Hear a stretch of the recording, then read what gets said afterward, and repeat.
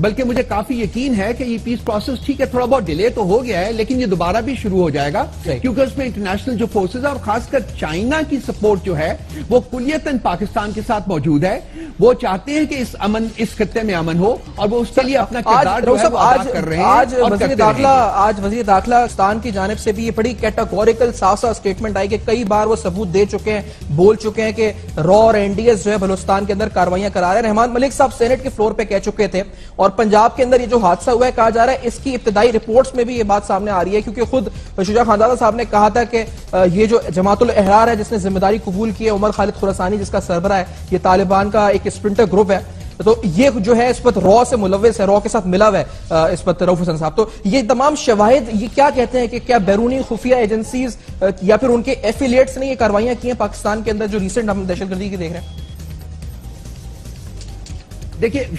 सफान साहब, ये मेरा ख्याल एक आपके लास्ट प्रोग्राम में भी शायद ये बात मैंने डिस्कस की थी। देखिए ये कोई खबर नहीं है कि जी रॉ यहां इन्वॉल्व है, ये कोई खबर नहीं है कि अफगान इंटेलिजेंस एजेंसी यहां इन्वॉल्व है। ये खबर है, मौजूद है, सबको पता है कि ये है। यही पाकिस्तान अगर जो भी किसी भी मुल्क को अपने सिक्योरिटी अहदाफ को आगे बढ़ाने के लिए अगर उनको अपने इस किस्म के ऑपरेशन करने पड़ेंगे तो वो करेगी, और पाकिस्तान में मुख्तलिफ ममालिक जो है वो इंटरफेरेंस करते रहे हैं, ये मौजूद है। इंपॉर्टेंट चीज जो है वो ये है कि इस इंफॉर्मेशन की मौजूदगी में हुकूमत पाकिस्तान, स्टेट ऑफ पाकिस्तान का क्या रवैया है। मैं इसको एक छोटी सी मिसाल, इंटरनल मिसाल दूंगा जी।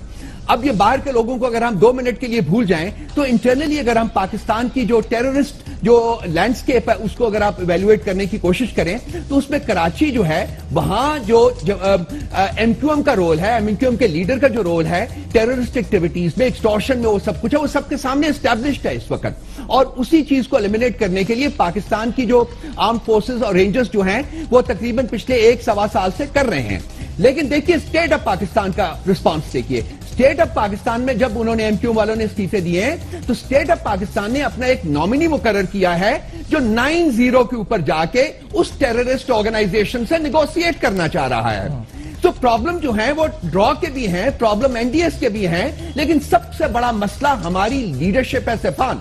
जो स्टेट के इंटरेस्ट को, सिक्योरिटी इंटरेस्ट को, पॉलिटिकल इंटरेस्ट को कॉम्प्रोमाइज करते हैं सिर्फ इसलिए कि इनकी ये हुकूमत जो है ये हर सूरत में जारी और सारी रहे। जब तक स्टेट जो है वो अपने पांव के ऊपर खड़े होके अपने स्टेट के इंटरेस्ट को सेफगार्ड करने के लिए एक ऑनरेबल स्टांस नहीं लेगा, उस वक्त तक पाकिस्तान के मसाइल सिर्फ हम इल्जाम दे ही करते रहेंगे, लेकिन पाकिस्तान मौलाना फजल रहमान साहब की तरफ स्टेप नहीं उठा। ठीक है साहब, बड़ी सही आपने निशानदेही जो की है मौलाना फजल रहमान साहब की तरफ की, और मैं बिल्कुल आपकी बात से मुत्तफिक हूं कि ये बिल्कुल आप बात जो है बजा कह रहे हैं। अजमल अजीज साहब, आज क्योंकि हम जिस तरह मैंने खबरें ये हैं इस पर अफगान तालिबान के हवाले से हमने हेडलाइंस में बात चलाई है कि वहां पर 2 ग्रुप बन चुके हैं, याकूब ग्रुप, मंसूर ग्रुप, और ये दोनों ग्रुप जो है इस पर एक तो मुल्ला उमर के साहबजादे हैं, एक भाई हैं उनके, और दूसरा ग्रुप जो है वो जो इस पर मुल्ला मंसूर उनका एक ग्रुप है, वो दोनों अब जो है उनके दरमियान मसालती कोशिशें भी नाकाम हो चुकी हैं। अच्छा, आज एक और दहशतगर्दी का वाकया यह है कि अखुंज़ादा चट्टान साहब के बेटे को, जो 10 साल का बेटा है, उसको अगवा कर लिया गया। तो अजमल अजीज साहब, ये आप वहां पर जो ग्रुप्स में कशीदगी नजर आ रही है अफगान तालिबान में, वहां की स्टेटमेंट्स आ रही हैं गवर्नमेंट की, और फिर पाकिस्तान में आप देखें आज एक और पीपल्स पार्टी के सीनियर रहनुमा अखुंज़ादा चट्टान साहब, उनके पहले शहबाज तासीर तो ऑलरेडी अब तक बाजियाब हुए नहीं है, अब ये एक और हो गया। अजमल अजीज साहब, ये आखिर हो के क्या रहा है उस तरफ?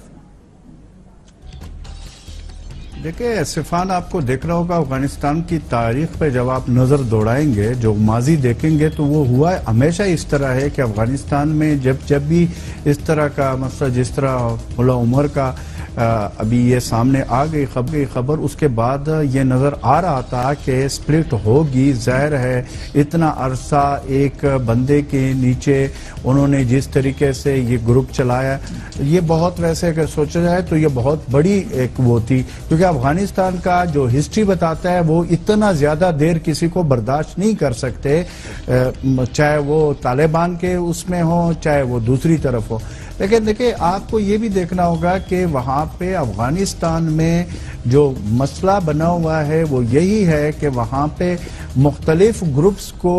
मसलन अशरफ गनी के साथ ये जो शुमाली इत्तेहाद का अब्दुल्ला का हो गया था, तो ये भी तो एक कंप्रोमाइज है ना। और वो कंप्रोमाइज अमेरिकन ने करवाई थी कि किसी तरीके से वहां पे एक हुकूमत चलाई जाए। अब वो जो शुमाली इत्तेहाद है उनका इंटरेस्ट पहले भी कुछ और था, आज भी कुछ और है। जो अब अशरफ गनी था वो चूंकि एक लिखे पढ़े आदमी थे, दूरंदेश आदमी थे, उन्होंने सोचा, उन्होंने जो इनिशिएटिव लिया पाकिस्तान के साथ मुज़ाकरात और पीस और ये और मसलों को बातचीत के जरिए, और ये जो करज़ई की जो पुराना एक वतीरा रहा है कि जब भी वो अफगानिस्तान में या किधर वो बाहर जाते थे, इंडिया जाते थे, तो पाकिस्तान के खिलाफ वो जो जहर उगलते थे, वो चीज जो थी वो अशरफ गनी में आपको नजर नहीं आ रही थी। लेकिन ये बात मैं रऊफ हसन साहब से एग्री करता हूं कि उसके ऊपर बड़ा प्रेशर था अफगानिस्तान में। जब पार्लियामेंट के ऊपर वहां पे हमला हुआ तो अगर आपको याद हो तो वहां पे वो जो एक उन्होंने जिसको हीरो बनाया, उस हीरो ने न देखा, न इधर देखा, न उधर देखा। उसी वक्त मौके पे जो उसने अल्फाज पाकिस्तान के खिलाफ इस्तेमाल किए हैं और हमारे इंटेलिजेंस इदारे का जिस तरह उन्होंने नाम लिया, वो लग ऐसे था जैसे पहले से प्री प्लान्ड था, यानी पहले से ये था कि ये होना है और उसके बाद आपने पाकिस्तान के ऊपर डालना है। जिससे अब अफगानिस्तान का भी यही मसला बन गया। जैसे इंडिया में अभी वो चंद दिन पहले अभी जो 10 अगस्त को हुआ, अभी भी काबुल इंटरनेशनल पे 10 अगस्त को जो हुआ, 7 अगस्त को काबुल के अंदर 3 दहशतगर्दी के वाकयात हुए, सारा मलबा तो पाकिस्तान पर ही डाला गया है। लेकिन सवाल मतलब ये क्या मलबा डालना एक तरफ, इल्जाम तराशी एक तरफ, लेकिन क्या दहशतगर्दी कार्रवाइयां भी पाकिस्तान के अंदर करवा सकते हैं? इस हद तक जा सकती है बात? ये हम ये समझ सकते हैं क्योंकि ये सारे ग्रुप्स हैं, जमातुल अहरार, पीटीपी, इन सबको इवेंचुअली तो फंडिंग और इनकी जो तमाम रिसोर्स जो मोबिलाइजेशन होती है वो तो ये तमाम बैरूनी एजेंसीज ही करती है ना इवेंचुअली। तो इन द एंड अजमल वजीर साहब, ये सब शायद यहाँ के लोगों को एम्प्लॉय किया जाता हो, लेकिन असल तो फंडिंग वहीं से होती है, मास्टरमाइंड सारे वहीं से होते हैं, ऑपरेशन तो वहीं से होते हैं सारे। देखिए सिफान, आपको यह देखना होगा कि अब अफगानिस्तान में जो स्पेशली इंडिया की जो इन्फ्लुएंस है वो तो आपको नजर आ रहा है। वहां पे वो वहां से आपके पाकिस्तान के हवाले से जो काम वो कर रहे हैं वो भी किसी से ढकी छुपी नहीं है। चाहे वो बलूचिस्तान का आप ले ले, चाहे वो आप कराची का ले ले, चाहे वो फाटा का ले ले, तो वहां पे वो अपना काम जारी रखे हुए हैं अफगानिस्तान में रहकर। अब जाहिर है वो वहां पे फंड्स भी इस्तेमाल कर रहे हैं, लोगों को भी यूज कर रहे हैं, और वो पाकिस्तान में इंसर्जेंसी को कायम रखने में उनका बहुत बड़ा हाथ है इंडियन रॉ का। और उसमें फिर जाहिर है अफगानिस्तान की इंटेलिजेंस इदारे या अफगानिस्तान के वो लोग जो पाकिस्तान के हवाले से मामूली भी बात हो तो पाकिस्तान के खिलाफ जहर उगलना शुरू कर देते, तो वो भी उनके उस पे पेरोल पे काम कर रहे हैं। इसीलिए इस वक्त मसले का हल ये नहीं है कि हम अफगानिस्तान और पाकिस्तान एक दूसरे पे इल्जाम के बजाय अगर हम ये करें जो अशरफ गनी की पॉलिसी थी और उसके हवाले से उसको आगे जाकर ये जो बातचीत है, मैं जिस वक्त ये लेकिन बातचीत किस पे वजीर साहब, बातचीत कल हो रहे थे, लेकिन वजीर साहब ये पीस टॉक्स तो फिर होना जब ग्रुप एक हो। अभी वजीर साहब वहां पे तो ये है जी कि वो कहते हैं कि उन्होंने 20 लोगों को, क्लैरिक्स को भेजा था कि मुज़ाकरात पे मनाने के लिए कि मान जाएं और दोनों ग्रुप्स अफगान तालिबान के मिल के बैठ जाएं, लेकिन वो आपस में ही नहीं जब मिल रहे तो उनसे मुज़ाकरात किस तरह होंगे सर? ये अफगान तालिबान और ये सब किस तरह होगा जब आपस में नहीं मिल रहे? सिफान में